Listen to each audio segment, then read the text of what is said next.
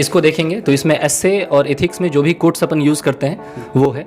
इतने रिफिल्स मतलब कितना आपको मेंस में लिखना है इसका अंदाजा आप लगा सकते हैं। हो गए थे तो उसके बाद हम इतना स्टॉक रखते हैं कि 2-4-5 महीने तक अगर नहीं मिले फिर भी कोई दिक्कत नहीं है। ट्यूशन किया है ऑप्शनल वाले सब्जेक्ट से तो आप खुद भी कर सकते हैं। जैसे मेरा था मरीन इंजीनियरिंग, और मरीन इंजीनियरिंग एक आपका ऑप्शनल नहीं है यूपीएससी में। नमस्कार दोस्तों, स्वागत है आपका और इंस्पायरिंग और इन्फॉर्मेटिव वीडियो में। आज एक सर के रूम में आया हूं और ये यूपीएससी की प्रिपरेशन करते हैं। उन्होंने एक बार मेंस भी दिया है, तो आज हम इनसे बातचीत करेंगे। ये रहते हैं सादीपुर में, दिल्ली का एक इलाका है सादीपुर, जो करोल बाग के बगल में लोकेटेड है। तो सर से हम जानेंगे और ये पहले कैसे अपने प्रिपरेशन को स्टार्ट किया, ये कहीं जॉब भी करते थे तो पहले। लेकिन उससे पहले मैं आपको ये सर का रूम टूर कराता हूँ। गेट इनका सर का यहाँ पे है और रूम में घुसते ही यहाँ चीज़ें स्टार्ट हो जाती है, कोड्स, नेम, ऑब्जेक्टिव्स, ये सब चीज़ें। सर क्या आपने चस्पा कर रखा है? इसमें मेनली मेन सेंस और राइटिंग के लिए जो भी वैल्यू एडिशन है वो सब है। जैसे आप इसको देखेंगे तो इसमें एस्से और एथिक्स में जो भी कोट्स अपन यूज़ करते हैं वो है। फिर उसके बाद यहाँ पे कुछ कमिटीज़ का नाम है, जैसे जीएस पेपर 2 और जीएस पेपर 3 में ये बहुत हैंडी होता है। अपन उसके जो भी अपना ये वाला पार्ट होता है, कंक्लूजन वाला पार्ट होता है, उसमें अपन लिखते हैं कोई भी कि अगर मान लीजिए रीजनल रूरल बैंक्स का क्वेश्चन है तो अगर ये लिखते हैं कि government should adopt some of the recommendations given by KC Chakravarty committee, तो थोड़ा आंसर को ये बेहतर बना देता है। और वो बोलते हैं ना कि एक आध मार्क्स एक्स्ट्रा, वो यहाँ से आता है। तो इसके लिए सर ये रेक में क्या बहुत सारी बुक्स रखी हुई है, इसको एक्सप्लेन करें। ये रैक्स में मेनली मेरा नोट्स है और कुछ स्टडी मटेरियल है जो कि जैसे ज़रूरत होता है वो हम यहाँ से लेके और पढ़ते हैं इसको। अब देख सकते हैं कि जब सर के रूम में हम एंट्री कर रहे थे तो उस समय इन्होंने दीवार बहुत सारा चस्पा कर रखा था, और जब हम रूम में आए हैं तो यहाँ पे देखिए बहुत सारे बुक्स रखे हुए हैं। सर इसमें कौन कौन सी बुक्स है? इसमें आपको सारे सब्जेक्ट्स के बुक्स मिलेंगे और इसमें टेस्ट पेपर्स भी बहुत सारे हैं। जैसे प्रीलिम्स का टेस्ट सीरीज़ है, तो एक प्रीलिम्स के पहले लगभग 50-60 उसके लिए टेस्ट पेपर सॉल्व करना होता है, वो है। फिर मेंस आंसर राइटिंग के लिए जो अपन करते हैं घर में बैठ के, तो उसका कॉपीज़ है। और फिर जो भी क्लास नोट्स था, मैंने वाजिर अहमद रवी से किया था कोचिंग, तो उसका नोट्स है। और कुछ भी जो भी अपना ये है बाकी जैसे करंट अफेयर बुकलेट है, जैसे ये ओनली आईएएस का उड़ान का है, तो वो सब चीज़ें हैं।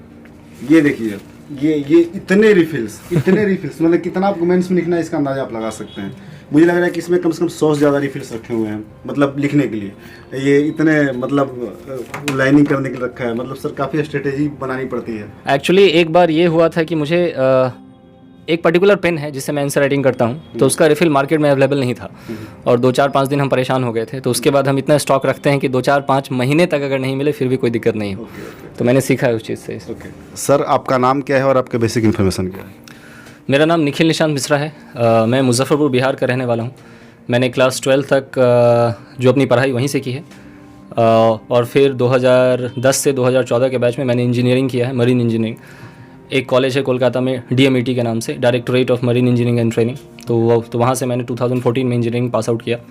और फिर एक कंपनी है BW नाम की, बर्गसन वर्ल्ड वाइड, उसमें मैं जॉब कर रहा था 2014 से 2017 तक। फिर 2018 में मैं दिल्ली आया यूपीएससी का प्रिपरेशन करने, और 2019 में मैंने फर्स्ट अटेम्प्ट दिया यूपीएससी का। तो सर अभी दिल्ली में कितने में सर की तैयारी कर रहे हो? 2018 जून में हम आए यहाँ पे, तो वही समझिए कि लगभग ऑलमोस्ट 2.5 ईयर्स हो गया। सर यूपीएससी क्रैक करने का इसके पीछे आपका मोटिवेशन फैक्टर क्या है? सबसे बड़ा मोटिवेशन फैक्टर ये था कि जिस सोसाइटी ने आपको कैपेबल बनाया है, आप उस सोसाइटी के लिए क्या कर सकते हैं। मेरा ये मानना है कि जैसे इंडिया और बिहार और मुजफ्फरपुर हमारी बेसिक स्कूलिंग जहाँ से हुई, तो अगर हम किसी भी रूप में उस समाज को बेहतर बनाने के लिए, in terms of health care, in terms of education, in terms of employment, कुछ ना कुछ वी शुड पे बैक। हम लोग को बस यही नहीं देखना चाहिए कि हम अपना ज़िंदगी को कैसे बेहतर बना सकते हैं। हमारा सोच है कि हमको ऐसा भी ये सोचना चाहिए कि हमारे कारण और कितने लोगों की लाइफ इफ़ेक्ट हो रही है इन अ पॉजिटिव वे। तो यही रीज़न था कि मेरी अच्छी खासी जॉब थी, अच्छी सैलरी थी, वो छोड़ के मैं सिविल सर्विसेज की तरफ आया। सर आपका मीडियम क्या है और आपने कहाँ से कोचिंग ली है? मेरा मीडियम इंग्लिश है और मैंने कोचिंग जीएस की वाजिर अहमद रवी से ली है, और मेरा ऑप्शनल ज्योग्राफी है, और मैंने ऑप्शनल की कोचिंग सबीर सर के यहाँ से ली।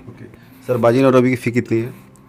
जब मैंने ली थी 2018-19 बैच में, उस टाइम 1,48,000 के आसपास था जीएस का, और ऑप्शनल का लगभग 50,000 था। बाजी और रवि के बारे में आपका क्या कहना है, उसका फीडबैक आप दे सकते हैं?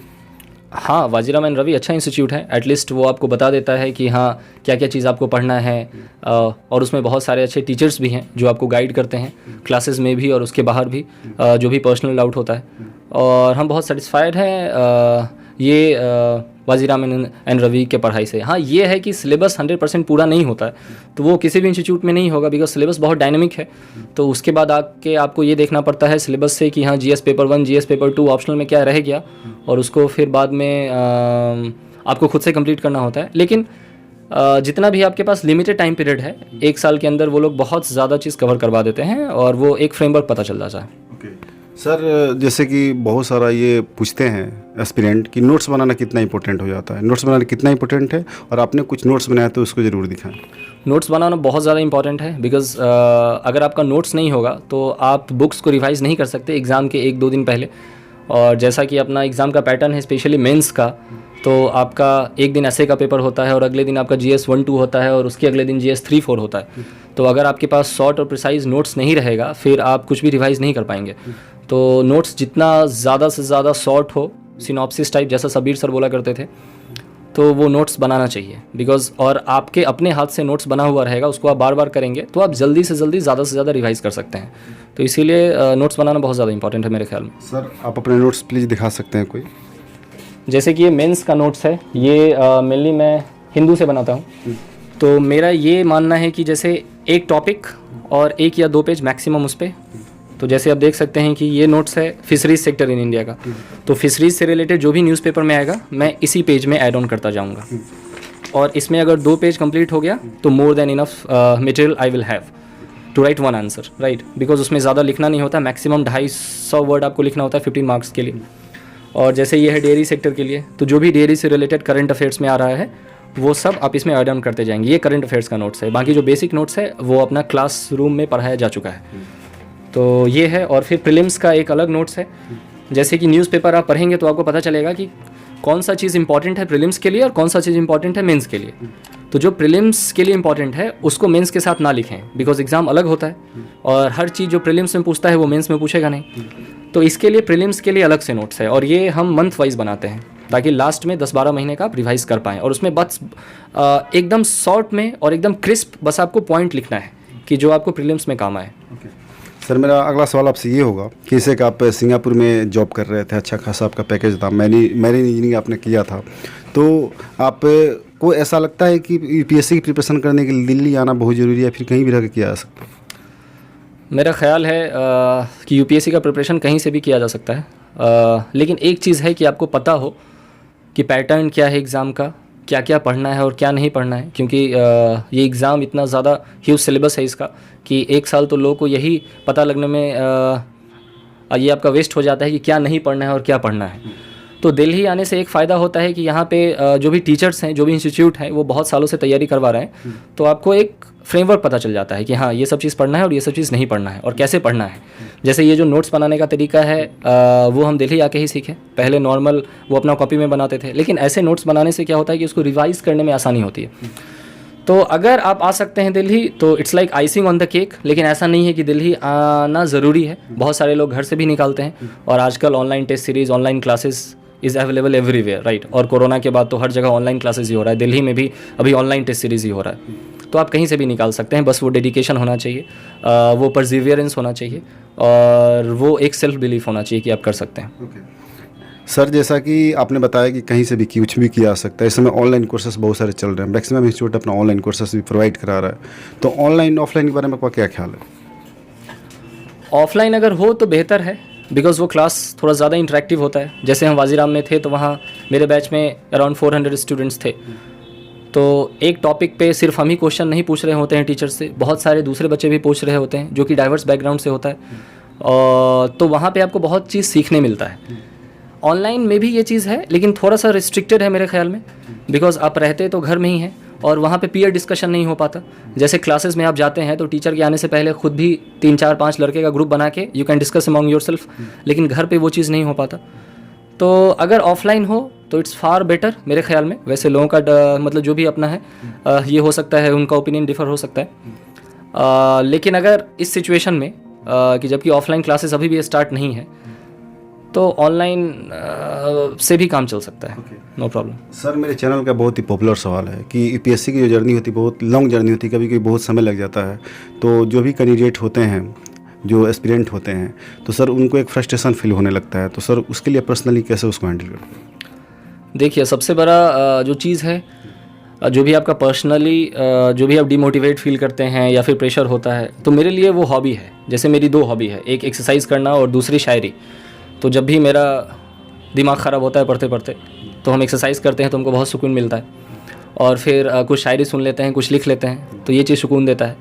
और सबसे बड़ा चीज़ है कि आपको ये देखना चाहिए कि जो इंसान आप पिछले दिन थे, जो इंसान आप पिछले मंथ थे, उससे ज़्यादा बेहतर आप हो रहे हैं कि नहीं। और अगर आप अपने आप को रेगुलरली इम्प्रूव कर रहे हैं तो it is just a matter of time कि आप सफल होंगे। इट्स नथिंग कि आप एक दिन में सफल हो जाएंगे या नहीं होंगे। और सफलता आपके पर्सनालिटी को डिफाइन नहीं करती। आप कितने खुश हैं अपने एफर्ट से, आप कितने संतुष्ट हैं अपनी ज़िंदगी से, ये सब चीज़ बहुत इंपॉर्टेंट है। और अगर आप मेहनती हैं, ईमानदार हैं और ऑनेस्टली अपना रूटीन फॉलो कर रहे हैं, तो it's just a matter of time कि आप सक्सेस आपको ज़रूर मिलेगा। और बस जो भी अपना हॉबी है उसको कंटिन्यू करें, वो बहुत ज़रूरी है, बिकॉज़ वो फ्रस्ट्रेशन और डिमोटिवेशन सबके साथ आता है। सर जो आपको सुन रहे हैं, जो भी एस्पिरेंट यूपीएससी एस्पिरेंट आपको सुन रहे हैं और दिल्ली की प्रिपरेशन करना चाहते हैं, उनके लिए आप क्या मैसेज देना चाहेंगे उनको? अगर आप आ सकते हैं दिल्ली और प्रिपरेशन कर सकते हैं तो आप ज़रूर आएँ और अपने पसंद का कोई भी इंस्टीट्यूट ज्वाइन कर लें। और यहाँ पे टेस्ट सीरीज़ ज़रूर से ज़रूर ज्वाइन करें। प्रीलिम्स के लिए टेस्ट सीरीज़ बहुत ज़रूरी है, मॉक टेस्ट लगाना, और मेंस के लिए आंसर राइटिंग करना। तो आप किसी भी एक अच्छे इंस्टीट्यूट का, जैसे विज़न का अच्छा है टेस्ट सीरीज़, तो आप उसका मेंस टेस्ट सीरीज़ ज्वाइन कर सकते हैं। और ऑप्शनल अगर खुद कर सकते हैं, अगर आपका बैकग्राउंड है ऑप्शनल में, ये किए हैं, आपने ग्रेजुएशन किया है ऑप्शनल वाले सब्जेक्ट से, तो आप खुद भी कर सकते हैं। जैसे मेरा था मरीन इंजीनियरिंग, और मरीन इंजीनियरिंग एक आपका ऑप्शनल नहीं है यूपीएससी में, तो हमको ज्योग्राफी लेना पड़ा, तो ज्योग्राफी के लिए हमको ऑप्शनल का कोचिंग करना पड़ा। तो वो देख लें अपने हिसाब से, और अगर दिल्ली आ सकते हैं तो इट इज़ फार बेटर। वैसे अगर घर से भी करना चाहते हैं तो वहाँ से भी कर सकते हैं, नो इश्यूज़। सर 27 जून का आप अपीयर हो रहे हैं? हाँ ज़रूर। सर मैं अपने तरफ से आपको ऑल द बेस्ट करना चाहता हूँ। जो भी आपको सुन रहे हैं, जो भी एस्पिरेंट, प्लीज़ कमेंट में सर के लिए ऑल द बेस्ट ज़रूर कहें। और मेरी बहुत सारी विशेष आपको कि आप इस बार प्रीलिम्स फिर से क्लियर करें और इस बार फाइनल सिलेक्शन तक आपका कहीं पे जाके कहीं पे कलेक्टर या फिर एसपी बने। मेरी बहुत सारी विशेष आपको। मुझे उम्मीद है कि आपको वीडियो बहुत इन्फॉर्मेटिव और बहुत इंस्पायरिंग लगी होगी। तो चैनल को सब्सक्राइब करें और लाइक करें। मिलते हैं किसी और नए वीडियो में।